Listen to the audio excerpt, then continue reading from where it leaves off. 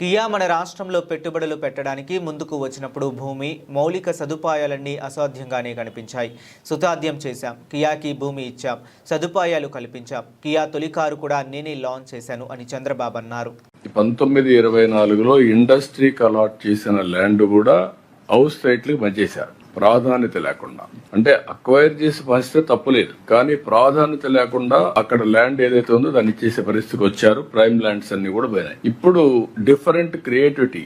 యువరాజ్ చెప్పినట్టు డబ్బులు లేదు, ల్యాండ్ లేదు అంటే పనులు కావు. నేను కియా మోటార్ అడిగాను, రమ్మన్నాను, వస్తానన్నారు. వస్తానంటే 2 కండిషన్లు పెట్టారు. ల్యాండ్ ఎక్కడ ఇస్తారన్నారు. ఇప్పుడు కియా మోటార్స్ కట్టిన దగ్గర ఇస్తా ఉన్నాం, బెంగళూరు హైదరాబాద్ హైవే. దెన్ అది కట్టాలంటే లెవెలింగ్ లేదు, మేము చేయలేమన్నారు. దెన్ లెవెలింగ్ అప్పట్లోనే 250 కోట్లు ఖర్చు పెట్టి లెవెలింగ్ చేపించాం, ఎల్లంటిని పెట్టి.